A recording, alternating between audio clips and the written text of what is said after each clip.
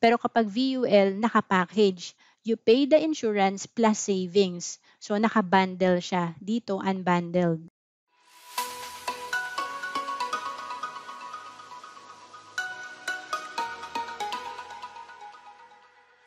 Hello everyone! I'm Roan Celis Capistrano of 1 Million Club.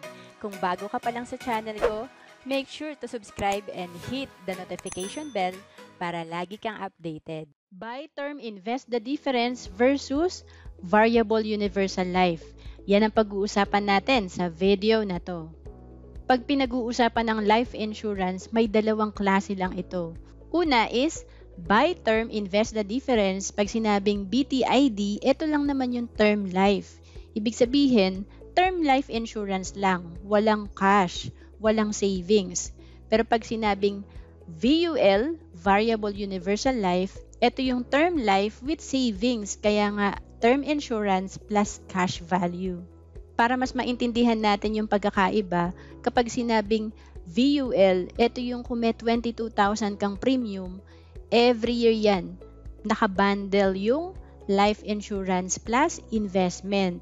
Pero pag sinabing buy term and invest the difference, kung meron kang budget na 22,000 per year, yung 11,000 mo pwedeng napupunta sa term insurance at yung 11,000 ay nasa savings mo, pwedeng nasa investment mo like mutual funds. Para mas maintindihan pa natin yung term life insurance at VUL, magbigay tayo ng comparative presentation.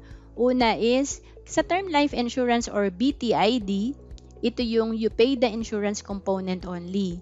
Pero kapag VUL, naka-package. You pay the insurance plus savings. So, naka-bundle siya. Dito, unbundled. Pangalawa is, your savings is in your hands. Ibig sabihin, kanina sa sample natin, kung may 11,000 kang budget for investment, pwede mo yan ilagay sa stocks or sa mutual fund.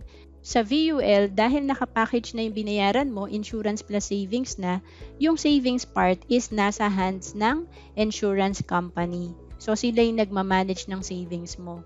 Pangatlo, you manage your money kasi nga, buy term and invest the difference. Ikaw yung bahala sa savings part. Sa VUL, they manage your money kasi nga, sila na yung nagbibigay ng service para i-manage yung pera mo sa savings part. Pang-apat, yung term insurance pwedeng ART or annual renewable term, level term, mamaya pag-uusapan natin yan, at pwedeng group term. Sa VUL naman, also called cash value life insurance or whole life. Kanina nabanggit natin yung iba't ibang klase ng term life insurance. ART, ibig sabihin yan annual renewable term. Ibig sabihin yung premium ng insurance mo is tumataas kada taon.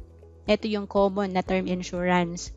Pangalawang klase is pwedeng 5-year level term. Ibig sabihin, every 5 years tumataas yung life insurance premium mo. At yung 10-year level naman, ito yung every 10 years tumataas yung life insurance premium mo. At yung 20-year level term, ito yung every 20 years tataas yung life insurance premium mo.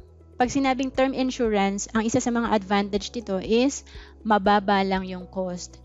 Pangalawa is, you need insurance only while you have responsibility. Ang insurance kasi kinukuha natin yan habang wala pa tayong big money or big savings. Pero kung may 10 million ka na after 20 years, hindi mo na kailangan ng life insurance. Ang disadvantages naman kapag tayo ay may term life insurance, unang-una is if you spend the difference. Oo nga, nakatipid ka nga sa life insurance mo kasi term life yung kinuha mo. Kaya lang, ginastos mo yung difference, hindi mo sinave, hindi mo ininvest. Pangalawa is, if you don't know where to invest. Meron kang ang life insurance pero hindi mo naman alam paano mag-invest kaya hindi mo na ginawa or mali yung investment na pinaglagyan mo. Again, pag sinabing VUL or nakabundle na yung life insurance natin plus savings, kung may 22,000 tayong binabayaran, 22,000 na lang iisipin natin, dalawa na yung meron tayo. Pero kapag buy term, invest the difference, make sure lang yung 11,000 na babayaran natin sa premium ng life insurance, yung difference na 11,000 sa budget natin, make sure consistent din natin itong naiipon at nai-invest.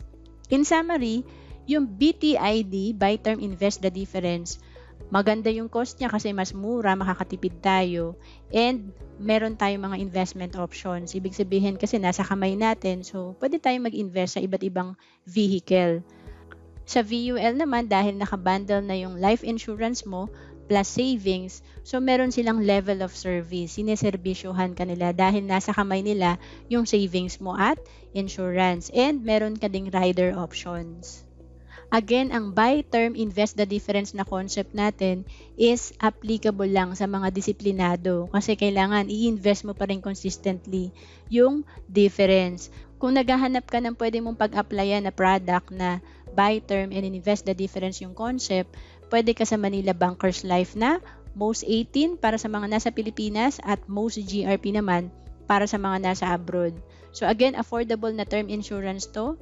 Meron ka na rin ditong investment na ang tawag ay Premium Deposit Fund. Ikaw ang bahala magdagdag or mag-top up sa online account mo.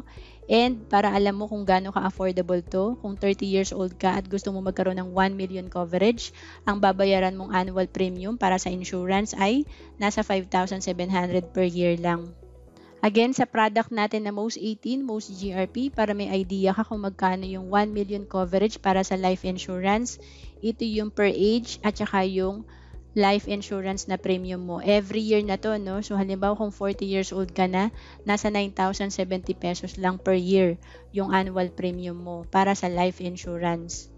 Kung 3 million naman ang hanap mong insurance coverage, kung 30 years old ka, nasa 14,820 lang yung annual premium mo. Kung gusto mo makita yung computation based sa edad mo, pumunta ka lang sa bit.ly/most18eform link para makita mo yung computation. Again, pagdating sa investment, kailangan naka-diversify yung pera natin. Dapat meron tayong savings sa bank, meron tayong investment sa bonds, mutual funds, stock market, and of course, sa mga investment na meron na ring life insurance like most 18. And of course, meron din namang Kaiser na long-term healthcare na bukod sa may healthcare, may life insurance at investment. Kung naghahanap ka ng healthcare na may life insurance at investment, pwede ka sa Kaiser. Ito ay 7 years to pay lang. And of course, 3-in-1 na to kasi may healthcare ka na, life insurance at investment. To know more about Kaiser, pwede kang pumunta sa bit.ly/Kaiser Investment Plan. May mga short videos ako dito about Kaiser. At pwede ka rin mag-request ng proposal para makita mo yung computation based sa edad at budget mo. Pumunta ka lang sa bit.ly/Kaiser Proposal. At kung may question ka, i-message mo lang ako sa Facebook, Roan Celis Capistrano. Ang messenger link ko ay bit.ly/RoanFB. Pwede mo rin akong i-email sa roan.capistrano@gmail.com. At kung gusto mo pang matuto about investment options mo, may mga short videos ako. Pumunta ka lang sa bit.ly/myinvestmentoptions.